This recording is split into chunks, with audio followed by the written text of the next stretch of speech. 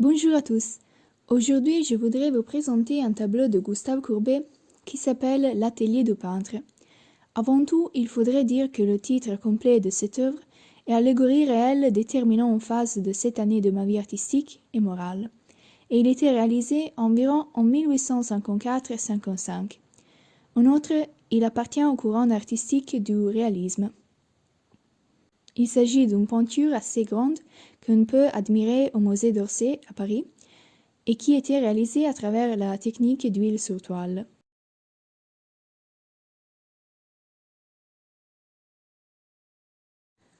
Tout d'abord, il faudrait découvrir quelque chose sur le contexte historique pour mieux comprendre le style de ce peintre. Le réalisme est un mouvement artistique contemporain au positivisme, né en 1830, en époque de révolution contre la restauration de l'Empire et terminé en 1880. Le réalisme concerne l'art et la littérature, qui représentent la réalité de manière concrète et objective, jusqu'au début du décadentisme. Le roman est le genre littéraire le plus apprécié car il répond au goût du lecteur de culture moyenne. Il est un moyen d'analyser la réalité sociale et il est également une expression de la bourgeoisie, dont le théâtre représente la vie quotidienne. Le réalisme se compose de deux courants principaux, le naturalisme en France et le vérisme en Italie. Les artistes rejettent le romantisme néoclassique et l'art académique, qui était une expression de la culture bourgeoise, et ils abandonnent l'historicisme, au profit de la vie quotidienne, photographiée avec le détachement personnel typique de l'observateur objectif.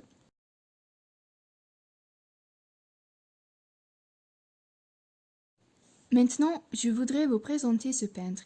Bien, Gustave Courbet est né en 1819 à Ornans.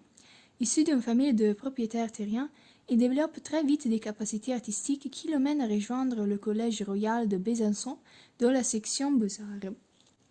Il part ensuite pour Paris en 1839 pour suivre des études de droit, mais il était un mauvais élève, donc il délaisse cette voie pour suivre des cours de peinture dans différents ateliers et académies. Il se fait connaître peu à peu grâce à un style naissant qui fait scandale dans le milieu artistique de l'époque, très figé dans les normes de l'académisme. Ce style s'appelle le réalisme. Courbet est un des principaux créateurs du mouvement réaliste, caractérisé avant tout par son souci de mettre en avant la réalité brute telle qu'elle est, sans les arrangements proposés de l'académisme. Le peintre n'hésite pas à montrer cette réalité crue.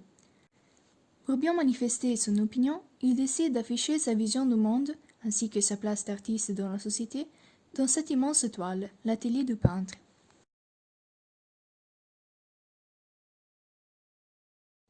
Tout d'abord, l'atelier de Courbet, un ancien grenier mis à sa disposition par son père, est peuplé d'une trentaine de personnages les plus variés et improbables. Ce tableau peut être divisé en trois parties, et chacune d'entre elles suit une composition assez complexe, mais bien étudiée. À gauche, dans la partie la plus sombre du tableau, on voit un ensemble disparate de personnages qui appartient à la partie de la population exploitée, qui vit dans la misère.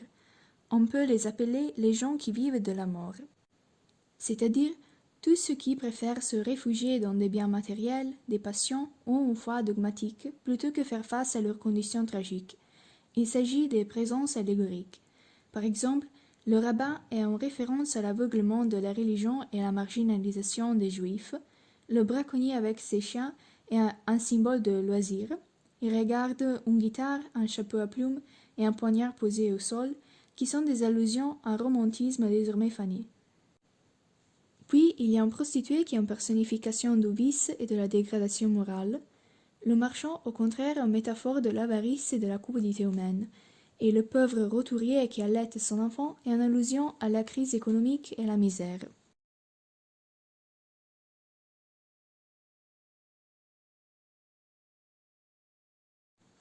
Au centre, Courbet peint lui-même un paysage de son village natal qui apparaît paradoxalement plus défini et détaillé que le fond réel de la grange. Il y a aussi une figure féminine représentant la vérité nue et qu'on associe avec une muse. Elle regarde Courbet avec tendresse et participation et elle est nue.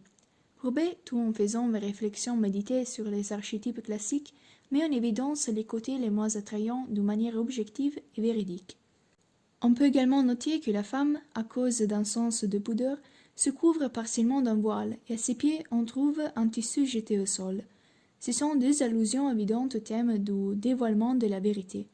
Il y a aussi un petit garçon qui observe le tableau plein d'étonnement. C'est une citation presque littérale de l'expression « regarder le monde à travers les yeux d'un enfant », c'est-à-dire il faut aborder l'art avec ingéniosité, innocence, comme un enfant, sans se focaliser sur la tradition académique. Selon Courbet, la vérité est donc simple et innocente, ainsi que nous.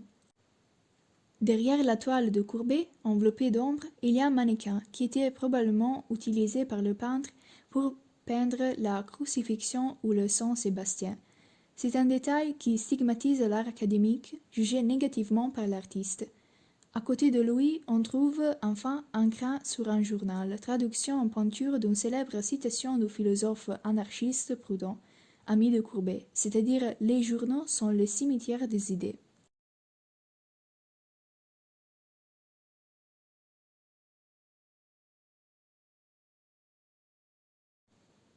Enfin, à droite, on reconnaît les gens qui vivent de la vie, c'est-à-dire tout ce qui était vivant d'un point de vue intellectuel et spirituel.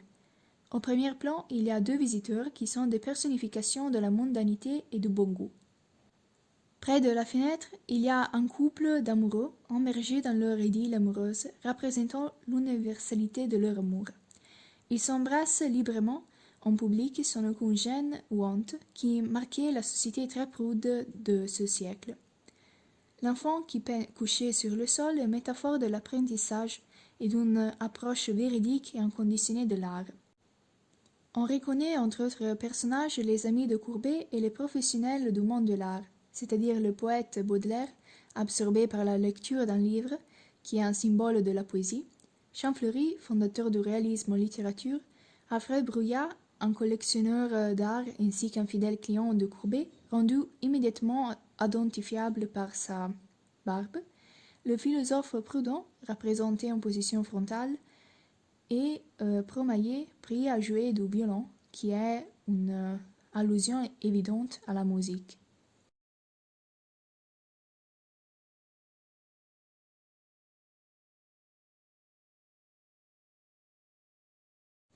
Pour ce qui concerne le dessin de Courbet, on doit dire qu'il s'inspirait souvent de l'art espagnol, et en effet chaque personnage est unique avec une expression du visage qui lui est propre. Les tons dominants sont les couleurs ocre, or et marron, et la tonique est le blanc. La lumière vient de droite par une fenêtre, et cette lumière est assez diffuse. Elle prend coloration jaune.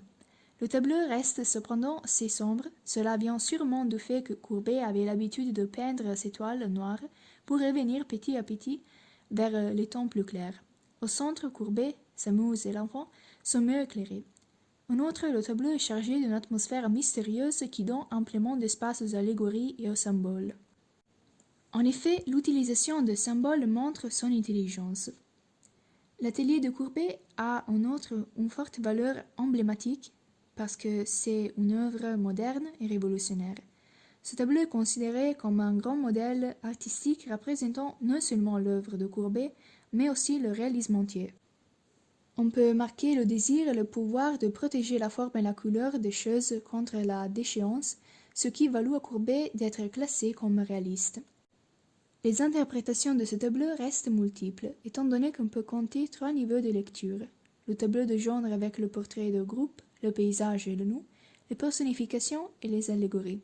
Courbet avait utilisé son atelier comme les traiteurs de sa mise en scène de soi médiatique et performative, et pour cette raison, son atelier au 32 rue Hautefeuille a été un des plus visités de son temps. Je voudrais conclure ma présentation avec l'interprétation de cette toile. Quel était le but de ce tableau? Bien, les implications politiques sont évidentes puisque Napoléon et Proudhon figurent sur la toile. En effet, le braconnier a les mêmes traites de Napoléon, car il fait partie de ceux qui exploitent le peuple, selon Courbet. Pour souligner ce côté d'offenseur des pauvres rebellés contre l'autorité, Courbet n'hésite pas à placer son ami le philosophe et polémiste Pierre-Joseph Proudhon, figure de l'extrême gauche et de l'anarchisme, dans les deux positions politiques en faveur du peuple. Ce tableau n'était pas apprécié immédiatement. En effet, il était refusé à l'exposition universelle de 1855 à Paris. En outre, il s'agit d'un tableau d'histoire. Contrairement à la peinture de genre, qui représentait des scènes de la vie ordinaire, le sujet est traité dans ce cas dans un format majestueux imposant et célèbre un événement majeur. À travers ce manifeste esthétique, Courbet nous fait comprendre son idée de la place centrale de l'artiste dans la société. Il voulait représenter la fin de l'académisme, comme suggère le mannequin d'atelier cloué au pilori, et aussi la nature, le réel et la place assignée à l'artiste au cœur de la société.